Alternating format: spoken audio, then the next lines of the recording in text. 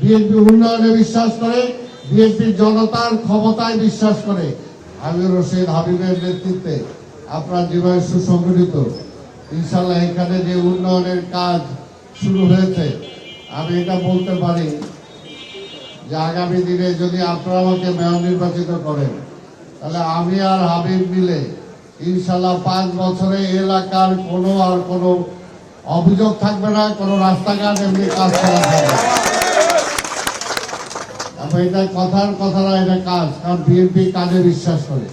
আপনারা দেখেছেন আমাদের মাননীয় প্রধানমন্ত্রী আমাদের আঙুলের ভোটের দাগ এখন পর্যন্ত মুছে যায় নাই, কিন্তু সেই অল্প সময়ের মধ্যে দিয়ে তিনি অনেক কাজ করেছেন, অনেক কাজ করে চলেছেন এবং আমাদের প্রতিনিয়ত তিনি খবর রাখছেন।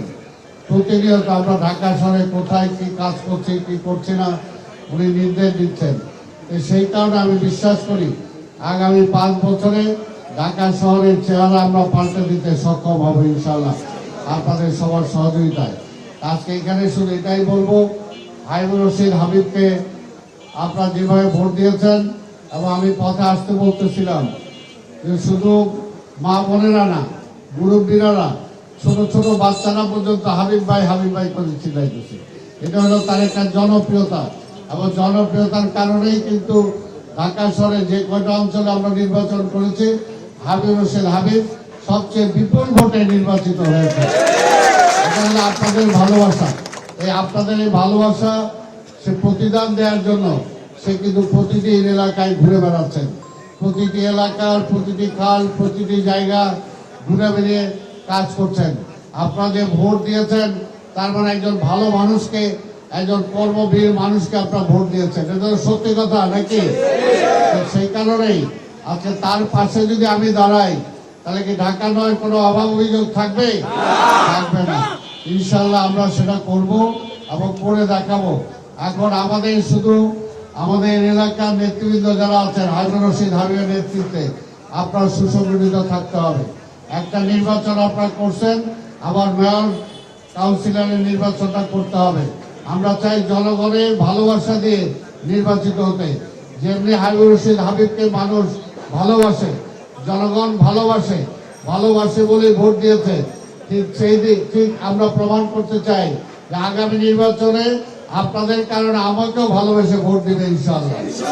আবার তারপরে আজকে দেখেন বিরোধী দল ভয় পায়, 2 মাস যায় নাই একটা সরকারের কি এটা যথেষ্ট সময় না, কিন্তু 2 মাসে এত কাজ করে ফেলছে মাননীয় প্রধানমন্ত্রী, তারা ভয় পাইতেছে 5 বছরে যদি এত কাজ করে ফেলে এরপর তো তাদের দিকে আর কেউ তাকাবে না।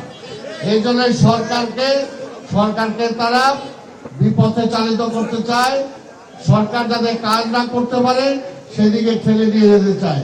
কিন্তু তারেক রহমান দেখেন অবিচল। আজকে বাংলাদেশটা শুধু সারা পৃথিবীতে মধ্যপ্রাচ্যের যুদ্ধের কারণে আজকে অর্থনৈতিক একটা মন্দা, কিন্তু তারেক রহমান কিন্তু কৃষকদের ঋণ মৌকুব করেছেন, কৃষক কার্ড দিয়েছেন, ফ্যামিলি কার্ড দিয়েছেন, ক্রীড়াবিদদের কার্ড দিয়েছেন, কৃষি ঋণ মৌকুব করেছেন। ঢাকা শহরে আমাদের হকারদেরকে পুনর্বাসনের কথা বলেছেন, অর্থাৎ তিনি কাজ করে যাচ্ছেন।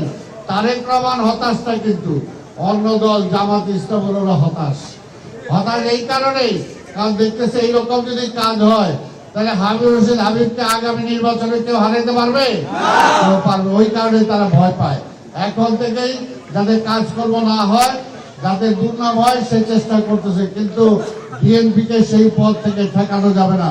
আমরা এটাই বলতে পারি, বিএনপি কাজে বিশ্বাস করে, বিএনপি উন্নয়নে বিশ্বাস করে, বিএনপি জনতার ক্ষমতায় বিশ্বাস করে। জনগণের ক্ষমতায়, জনগণের ভোটে আজকে তারেক রহমান প্রধানমন্ত্রী নির্বাচিত হয়েছেন।